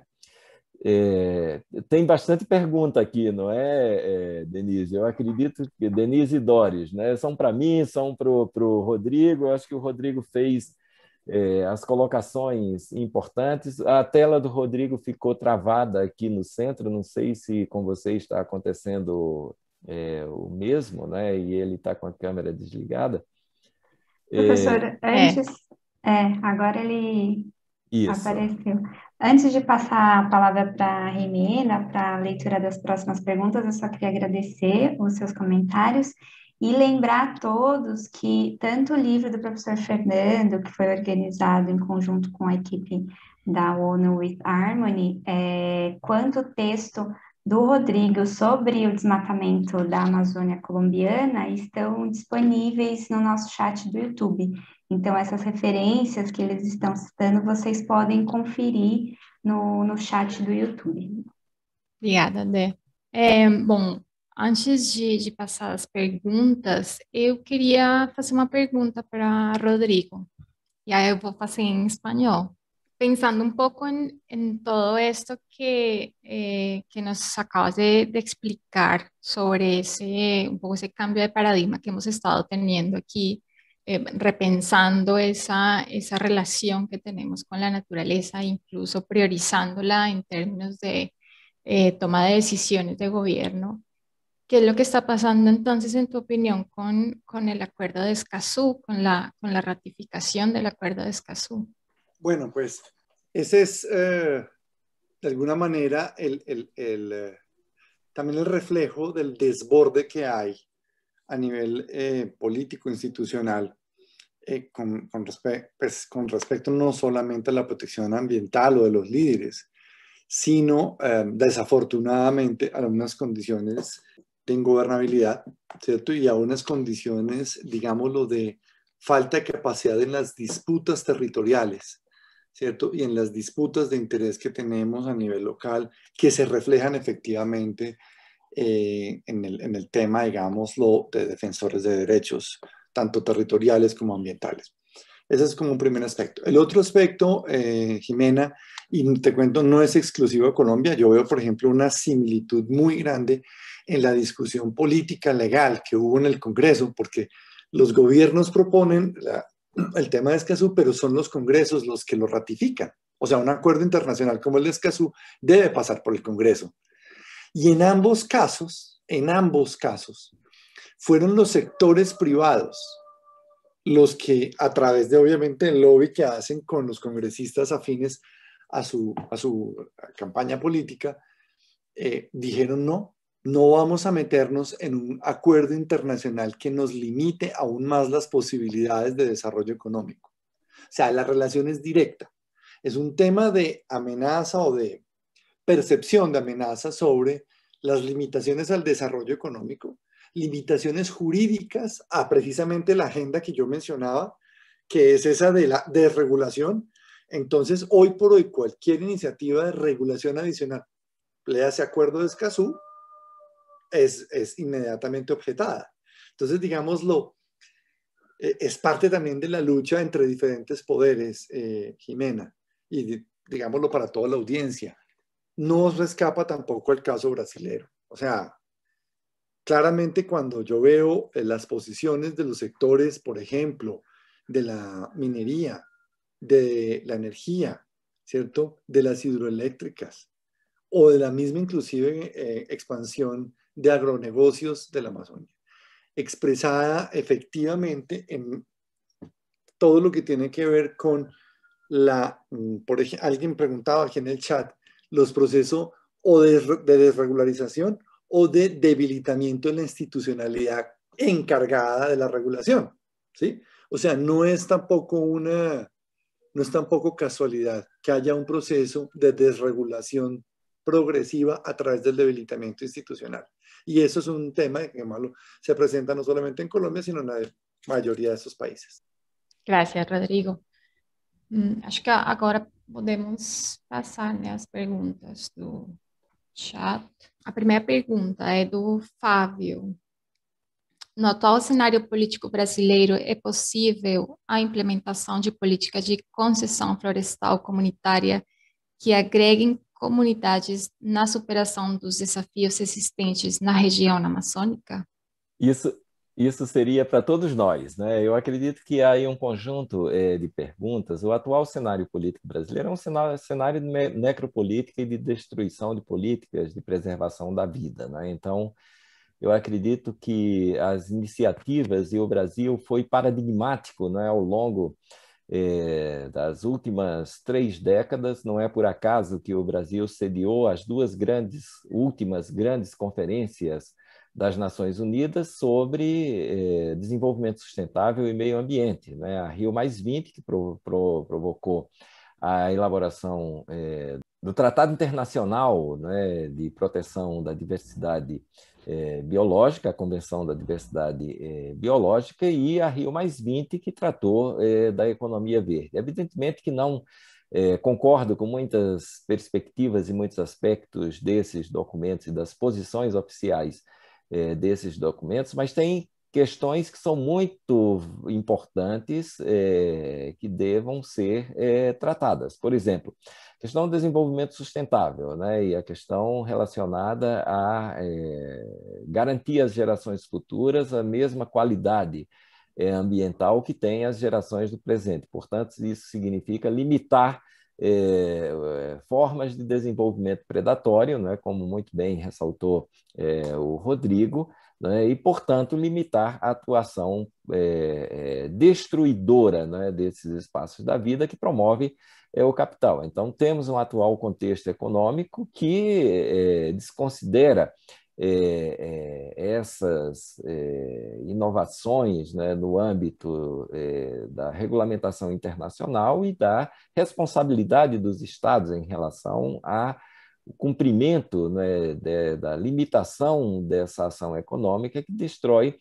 o espaço da vida. Então, eu acredito que o contexto atual brasileiro não é favorável para situações que possibilitem democracia participativa, democracia comunitária, mas eu acredito que isso, como o exercício do poder é algo transitório, o Brasil tem uma situação e uma posição muito bem consolidada e respeitada do ponto de vista internacional, que não vai ser uma porteira aberta para passar a boiada que vai destruí-la, né? Então, eu acredito que com democracia mais e melhor e participação de todas as dimensões, né? A gente não pode esquecer nunca que toda a política ambiental, que foi muito bem construída, e o direito ambiental, desde o seu nascimento, né, se constituiu e configurou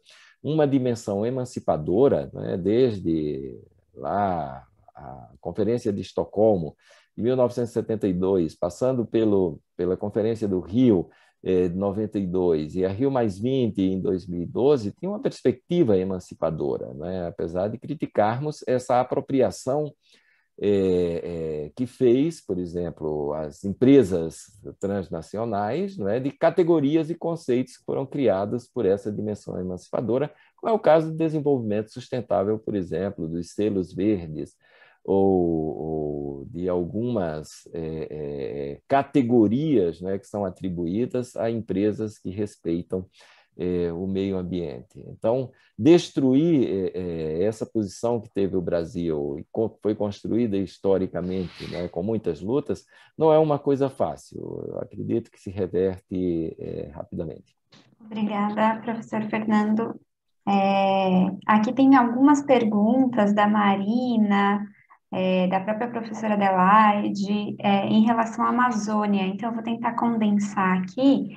Primeiro, em relação ao aspecto que o Rodrigo trouxe da Amazônia enquanto um sujeito de direitos. Se isso, na opinião do professor Fernando, é possível no Brasil, se existe alguma perspectiva, né, de que isso se repita no Brasil, e como que, ao mesmo tempo, as políticas brasileiras e a degradação ambiental na Amazônia afetam a Amazônia colombiana. O quanto isso prejudica as políticas de proteção e de desenvolvimento sustentáveis na Amazônia colombiana. Então, se vocês pudessem falar um pouquinho sobre esses dois aspectos. Quer falar, Rodrigo, agora, para que não fique só eu falando, e aí a gente faz um bate e volta? Rodrigo, ¿qué quieres hablar antes? Sí, dame un segundo, Fernando. Voy a ponerlo en estas condiciones. Lo que sucede hoy por hoy, y lo dijo ya el profesor Fernando, con la política de desarrollo económico de Brasil en la región amazónica en particular, está impactando toda la cuenca amazónica. Ese es un poco el escenario que hoy tenemos. hay una política muy agresiva que tiene 2 o 3 cosas que yo quiero señalar.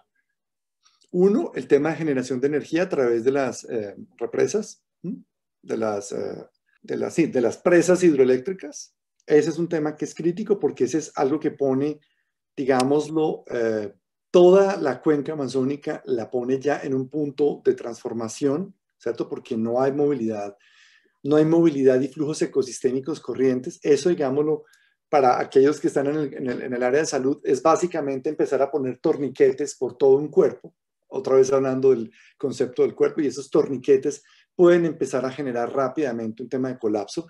De hecho, ya hay estudios en la frontera con Bolivia, cómo hay zonas que están empezando a sufrir drásticamente por esa construcción enorme de hidroeléctricas que hay, en donde poblaciones tanto de, digámoslo, fauna, flora, pero también poblaciones humanas están ya empezando a tener procesos de colapso. 1. 2, el tema de carreteras, estradas llaman ¿cierto? Hay un proceso de ampliación de carreteras, de estradas por muchas regiones que están fragmentando la capacidad de mantener la conectividad. El profesor Carlos Nobre, que todos ustedes habrán escuchado, lo ha señalado varias veces. La Amazonia continental no necesita ser deforestada 100% para que tenga un colapso.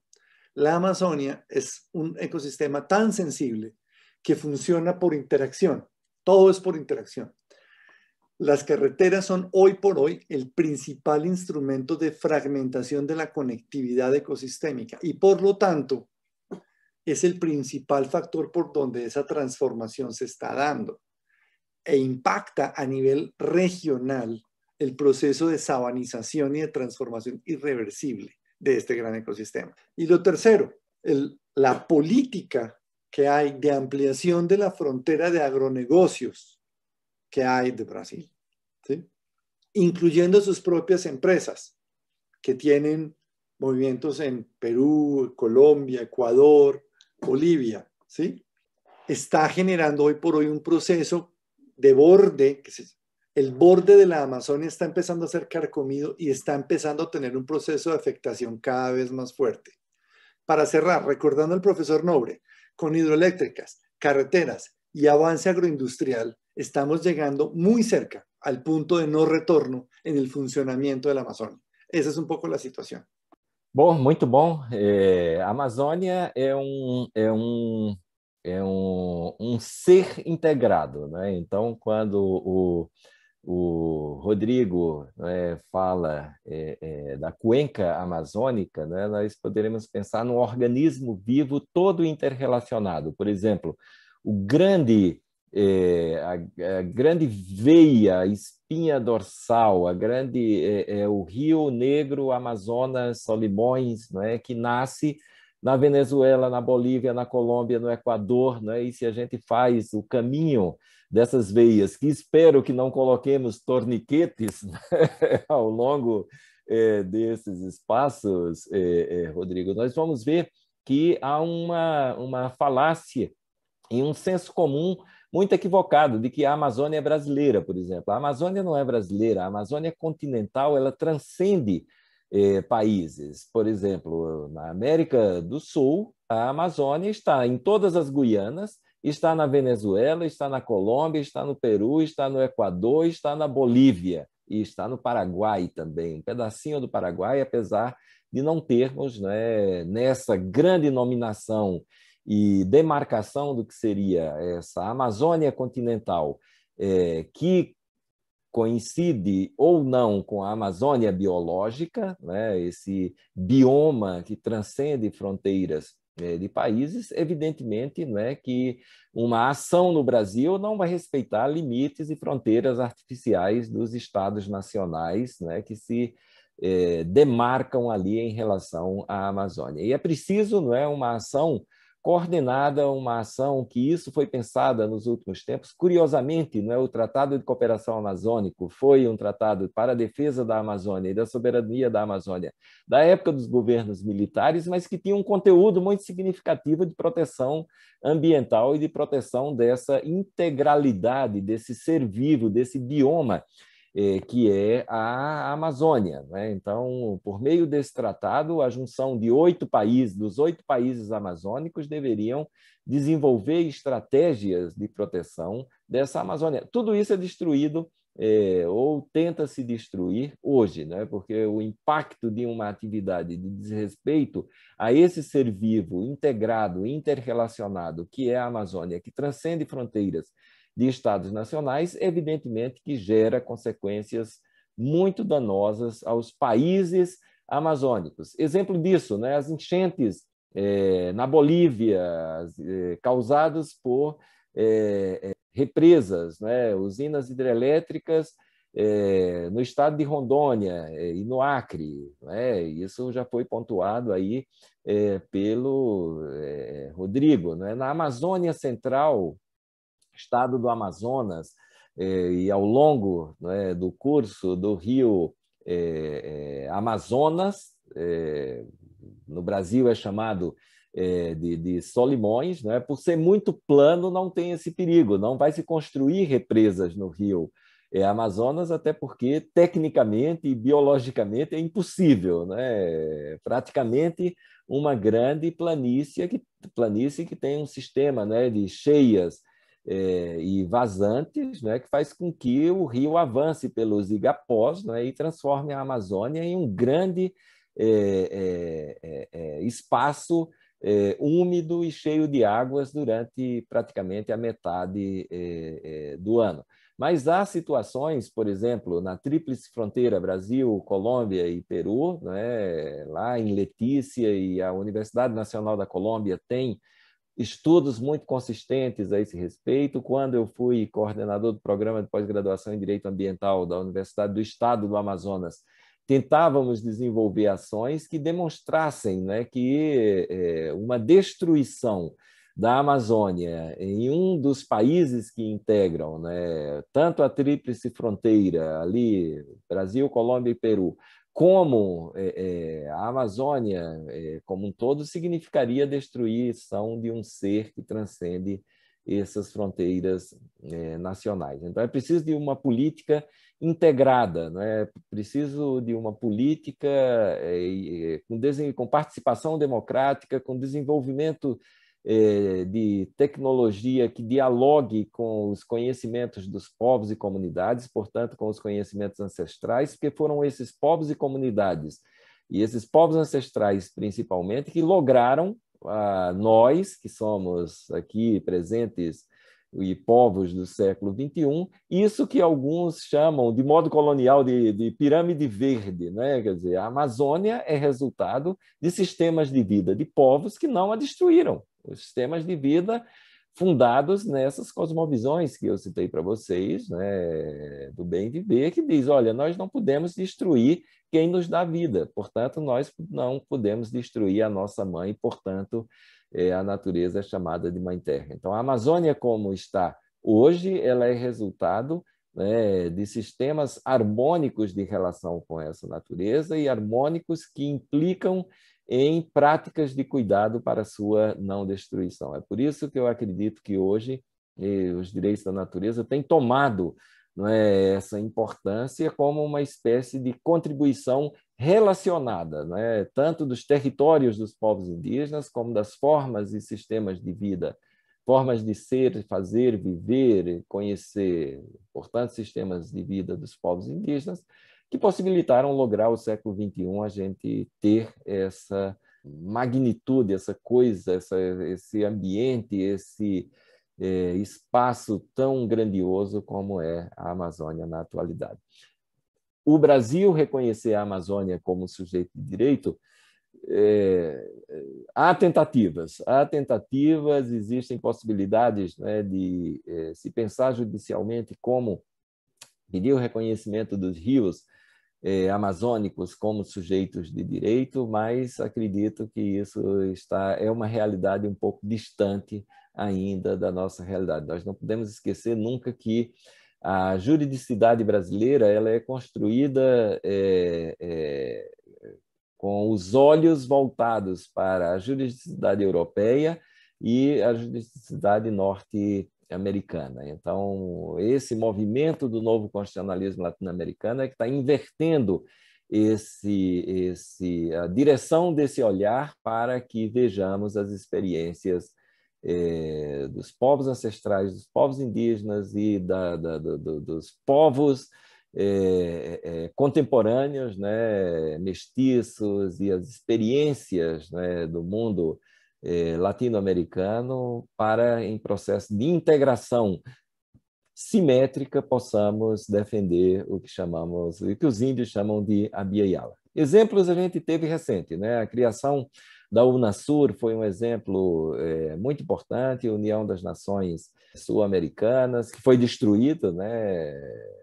E foi uma tentativa exatamente de realizar integração pelo que nos aproxima na América Latina, certo? Do que pelo que nos diferencia, né? Então, eu acredito que resgatar essas experiências seria, não é, uma dimensão importante para a preservação e manutenção do bioma amazônico e dos seus povos, né? Isso é o mais importante, porque foram eles que lograram e possibilitaram a sua existência no século XXI.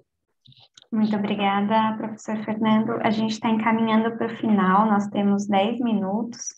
Eu gostaria que tenha uma questão aqui perguntando para os dois palestrantes como cada um avalia o impacto da pandemia, da crise sanitária, para a evolução dessa agenda da afirmação dos direitos da natureza.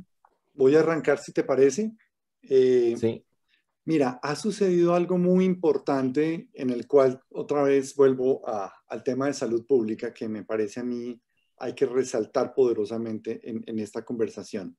Los datos de los impactos de pandemia en términos de morbilidad y mortalidad en la región amazónica nos están dando una lección gigantesca de qué es efectivamente el impacto que está teniendo hoy por hoy los diferentes modos de vida que permiten o no pensar efectivamente en una resiliencia y en una capacidad, ¿cierto?, de pervivencia dentro de condiciones cada vez más difíciles, tanto por la existencia de pandemias o de calentamiento global.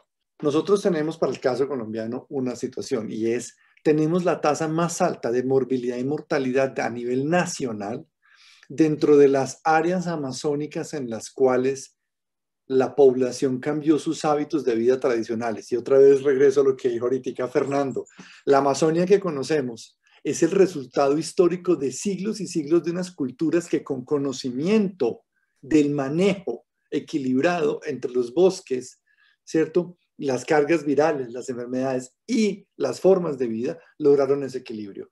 Cuando se rompe ese equilibrio y lo que generamos es modelos de vida insostenibles, como son los modelos de alta densidad poblacional, ¿cierto? Los modelos de urbanización distantes y diferentes a la incorporación del bosque dentro de las formas de hábitat, en donde tenemos además los cambios de alimentación, ¿cierto? Que nos generaba una Amazonia que nos obligaba a tener una alta diversidad de alimentación. ¿Qué se genera? Poblaciones con alta susceptibilidad y morbilidad. Poblaciones que tenían, según los médicos, ¿cierto?, lo que llamábamos las comorbilidades preexistentes. Eso fue lo que encontramos. Encontramos poblaciones que fueron diezmadas directamente cuando llegó la pandemia y sus sistemas sanitarios, sus sistemas de vida, sus dietas alimentarias, la capacidad misma de utilizar los bosques como filtros de la pandemia fue nula. Y fueron barridos. Hoy por hoy tenemos grupos que fueron literalmente barridos en términos del nivel de mortalidad que tuvieron. Y qué curioso, a pocos kilómetros, ahorita el profesor Fernando lo mencionaba, por ejemplo, en la Triple Frontera, en esa zona entre los ríos Yapurá, Izá, ¿cierto?, el Río Negro, la parte cercana a la peruana. Esos son no más de 150, 200 kilómetros en línea recta. Encontramos grupos poblacionales indígenas tradicionales que no habían perdido y no pierden todavía manejo de dietas alimentarias basadas en frutos del bosque, modelos de asentamiento no densificados, sistemas tradicionales de uso de la medicina, sistemas también de movilización y de dietas basadas en calendarios ecológicos. Y puedo señalar que tenemos áreas de esos tipos de comunidades en donde a hoy, a 14 meses de iniciar el proceso de pandemia, no tienen todavía registros de mortalidad. Un registro. Hay ríos completos. Eso, digámoslo, ha sido, hoy por hoy está siendo, digámoslo, el foco de estudio de todo el Instituto Nacional de Salud, ¿cierto? Porque ¿cómo es posible que estemos encontrando los dos extremos de los mayores índices de morbilidad y mortalidad en áreas amazónicas específicamente ubicadas y en áreas muy próximas, pero con diferencias estrictas en términos de la aproximación cultural al bosque? ¿Sí?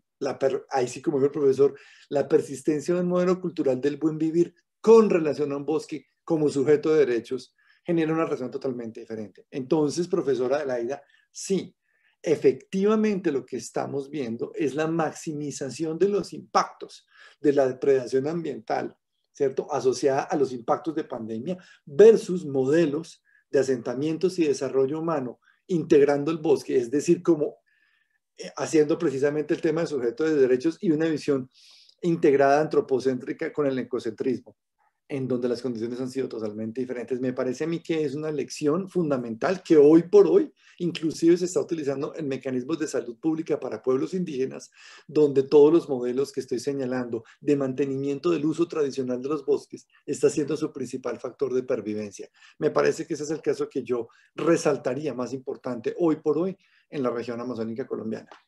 Bom, eu acredito que o Rodrigo já deu a resposta, né? Mas eu acredito também que posso dar algumas contribuições, né? Há uma bióloga equatoriana chamada Esperança Martínez, né? Que ela diz que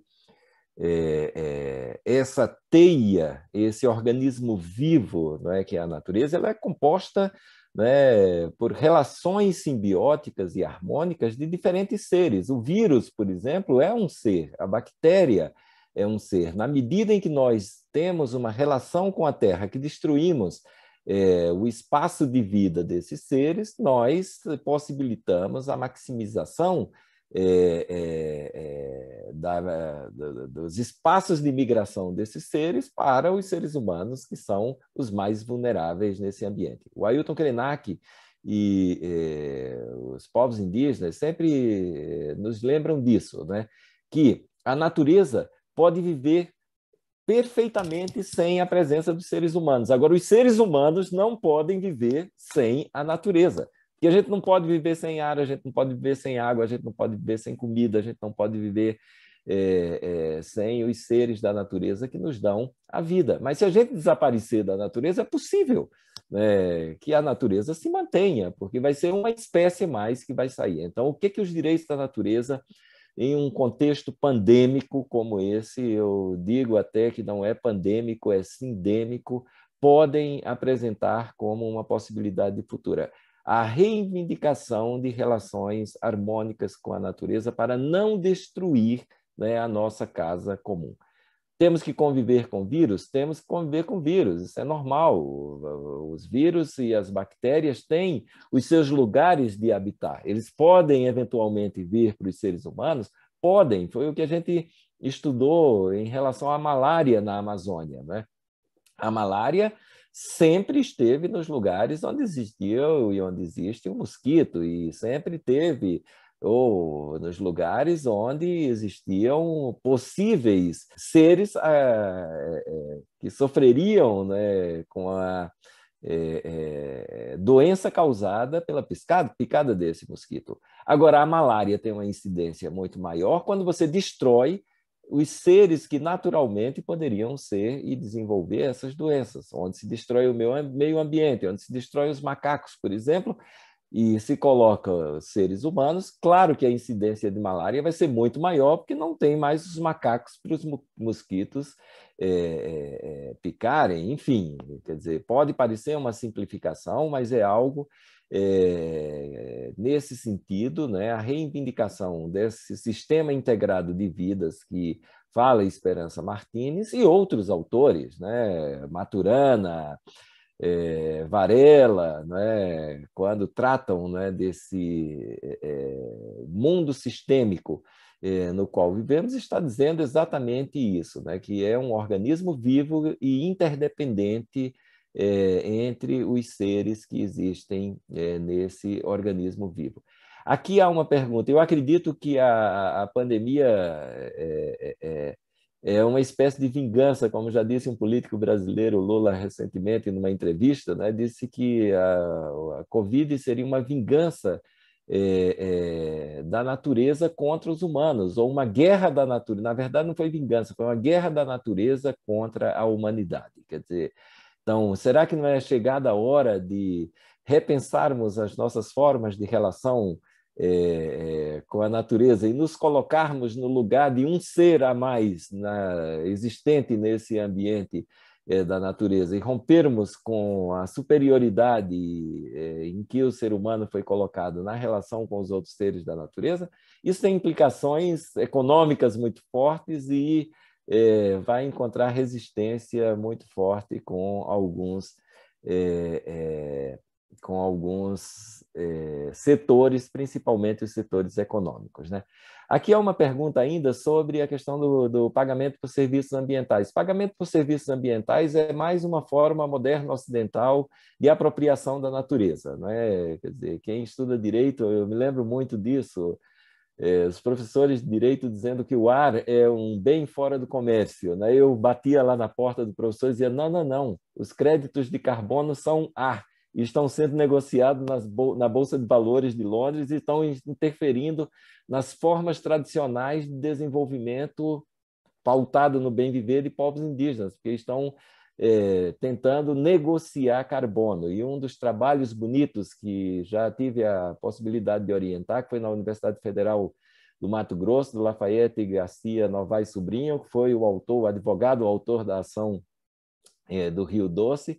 Ele disse exatamente o contrário do que são os PSAs, né? Os pagamentos por serviços ambientais centrados nos créditos de carbono. Os Bororo, a partir de sua cosmovisão, disseram a natureza não pode ser apropriada. Então, se não pode ser apropriada, nós não poderemos fazer um projeto de comércio de crédito de carbono, porque senão estaríamos privatizando, negociando o nosso ar, né? A nossa atmosfera. E em privatizar e em negociar, olha a racionalidade dos Bororo.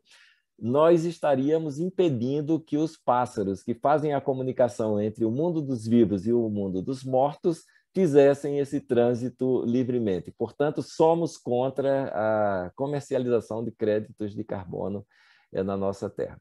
Enfim, são questões muito complexas, são muitas cosmovisões, muitas pluralidades, muitas territorialidades e garantias de direitos territoriais e de direitos culturais de povos ancestrais, povos, comunidades indígenas e não indígenas que devem ser protegidas nesse ambiente. O reconhecimento da natureza como sujeito implica em muitas coisas. Eu coloquei aqui um linkzinho de um vídeo, se tiver tempo a gente poderia ver, é bem bacaninha. Natureza com N maiúscula, é um projeto vinculado ao Programa das Nações Unidas sobre harmonia com a natureza e sobre os direitos da natureza, que uma das suas vertentes, não é que a natureza sujeito seja respeitada como uma pessoa. Então, a gente tem que retomar a escrita da natureza com N maiúsculo. É vinculado a uma instituição de ensino do Ceará, a Fundação Farias Brito, mas esqueçam esse detalhe, a gente poderia ver o filme, é bem pequenininho, são 6 minutos. Se houver possibilidade e puder apresentar, acho que seria bacana. Acho que o tempo está acabando agora também. Acho que o Rodrigo também tem que ir, mas fica o convite, né, para todo mundo assistir. Acho que também esse ponto, né, da conversa é um bom ponto para terminar. Fica muito claro, né, que esse tema do bem viver ou do bem viver vai ser muito importante, né? Tem sido muito importante, vai ser agora um tema muito relevante, né? Nas conversas daqui para frente, agora também já com todos os assuntos, né, de vacinação, da retomada da economia, enfim, acho que é um assunto que não vamos esquecer muito, não vamos esquecer logo, né? E queria agradecer vocês pela presença, pela conversa, foi muito rica, de verdade, professor Fernando, muito obrigada por aceitar o convite.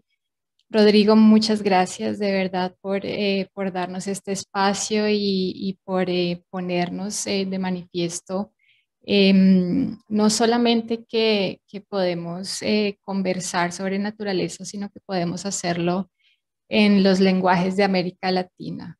E para o Nara também, obrigada, né, pela iniciativa, pela conversa, pelas palestras e convidamos vocês também, quem estão assistindo, a continuar seguindo o Nara pelas redes sociais e outros eventos que teremos também durante o ano. Obrigada.